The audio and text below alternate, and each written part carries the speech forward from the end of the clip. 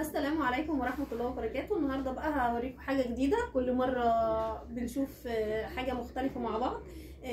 مرة وريتكم نعمل مشروع فراخ من البيت، تفريزات وروتينات وحاجات تانية مختلفة. النهاردة بقى هوريكم كمان ممكن تعملي مشروع او حاجات لنفسك في البيت من على المكنة. هوريكم النهاردة بإذن الله ان هنعمل مع بعض يعني اي قماش عندك، قطيفه او حري، اي حاجه، اي قماش عندك في البيت ممكن تجيبيه وتقصي منه وتعملي توكه لبنوتك، او كمان تعمليه مشروع ان انت تعملي توك وتبيعيها لجيرانك لاصدقائك، تسوقي، تعملي اي حاجه، هيبقى برضو حاجه مربحه ليكي. معايا حتتين قماش هوريكم التوكتين علشان خاطر تشوفوا معايا وتعملوا. المقاس بقى معايا هوريكم، تعالوا معايا اوريكم على المكنه. معايا هنا 2 نوع قماش. القماش ده هتلاقوه كده قطيفه او مهير، اي حاجه عندكم في البيت، اي قماش زياده او اي حاجه جربي فيها في البيت مع نفسك. ومعايا كمان القماشه دي شكلها جميل برضو، قطيفه بس ايه خفيفه كده، خفيفه شويه وعليها رسومات، هتبقى شكلها جميل قوي. هوريكم كمان باذن الله. قولوا لي في الكومنتات لو الموضوع عجبكم، هعمل لكم التوكه اللي بفلونكه وكمان بندانات وحاجات اكتر معاكم. لو عجبتكم ان شاء الله هعملها معاكم. هاخد دلوقتي اول قماشه معايا اهي، دي عرضها اللي هنا ده 12 سنتي، الطول بتاعها 44. وطبعا ممكن اعمل حسب ما انا عايزه، يعني ممكن اكبر اكتر من كده، اعمل التوكه كبيره او صغيره، انت تحكمي في المقاس، بس هو ده المقاس اللي هو بتاع التوكه. هعمل ايه، هاخد الطرف العرض ده مع العرض ده، احطهم كده وهظبطهم كويس قوي كده اهو. ولو في حته زياده ولا حاجه من هنا زي ما انتم شايفينها كده معايا هقصها.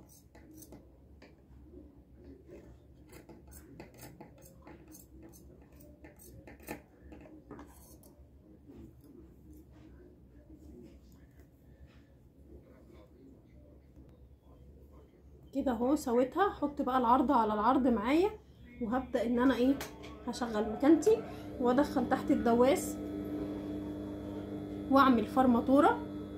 فرماتوره دي يعني تثبيت. الناس طبعا اللي عندها مكان عارفه يعني ايه فرماتوره. اللي مش عارف، الفرماتوره دي يعني بثبت الاطراف عندي من هنا ومن هنا، من الاخر من العرض، بس زي ما انتوا هتشوفوني كده.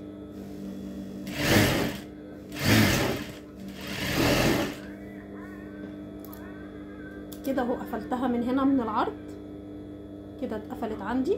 هخليها زي ما انا مقلوبه كده برضو على ظهرها، وهبدا المها كده اهو زي ما انتم شايفين. هوريكم تاني، هلم كده، مش هلفها، لا بلم كده،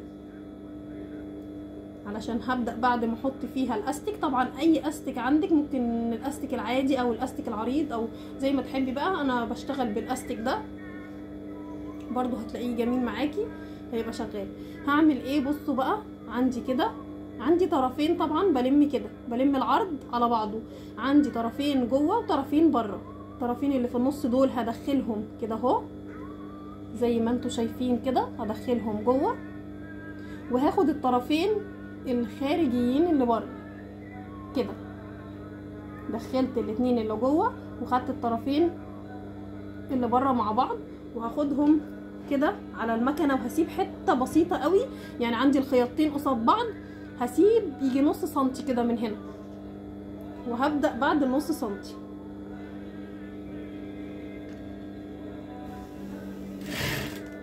وهبدا هعمل ايه، هدخل برضو الاتنين اللي جوه وهكمل على الطرفين اللي بره كده، وهمشي هفضل ادخل. وهاجي بقى من الطرفين اللي جوه بعد ما خيطت الطرفين اللي بره، ركزوا معايا شويه، همسك الطرفين اللي من جوه وهطلع، هشد لبره، هشد كده زي ما انتم شايفينهم معايا في الفيديو. ولو وصلتي معايا لحد هنا صلي على النبي واعملي احلى لايك واشتراك مني في القناه. وهشد تاني، كل ما اخيط حته هشد لحد ما يطلع معايا الطرف الاولاني اللي انا اصلا كنت ماسكاه في الاول اهو مقفول، وهعمله كده اهو، هقلبه كده وهسيب النص سنتي اللي انا كنت سايباه قبل كده، وهرجع تاني اقفل كده، وسبت النص ايه، سبت النص سنتي.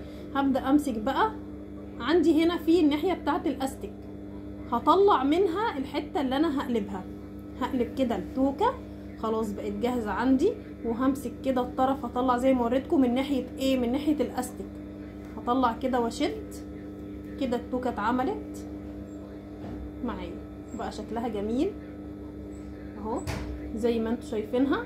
هيبقى معايا الحتة اللي انا فتحت ايه، فتحت او قلبت منها اللي انا سبتها اهي.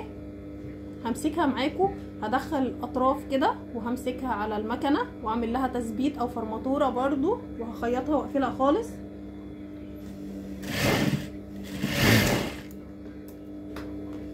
وبكده تكون اتقفلت اهي. معلش هعملها معاكم تاني علشان المكوك بس فصل.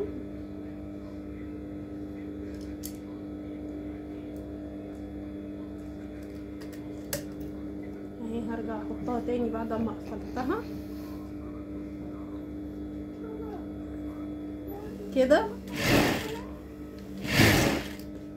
كده اتقفلت اهي معايا. هي المره الاولانيه بس عشان الخيط بتاع المكوك فلت معايا فعشان كده ما اتقفلتش. هقص كل الخياطات بقى الزياده اللي معايا اهي، اي خيط بره كده اتعمل مني او زياده من الخياطه هشيله.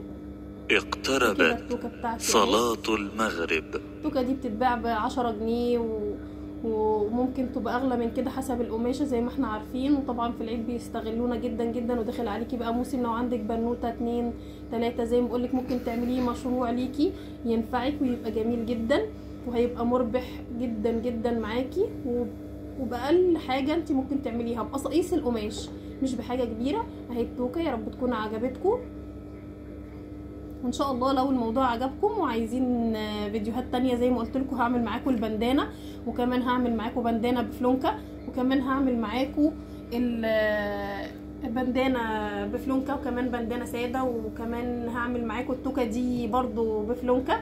فيا رب الموضوع يكون ان شاء الله عجبكم. ما تنسوش بقى الاشتراك واللايك وتشجعوني علشان القناه تكبر بيكم واعمل لكم كل جديد. وبرضو ما نسيناش الروتينات والتخزين، وطبعا رمضان داخل علينا باذن الله. كل سنه وانتم طيبين والامه الاسلاميه كلها يا رب بخير، ويا رب اكون بفيدكم بحاجه تكون كويسه ومشاريع اكتر وحاجات ونصايح اكتر واكتر ان شاء الله. شجعوني بقى وما تنسوش اللايكات، واشوفكم ان شاء الله في حلقه جديده.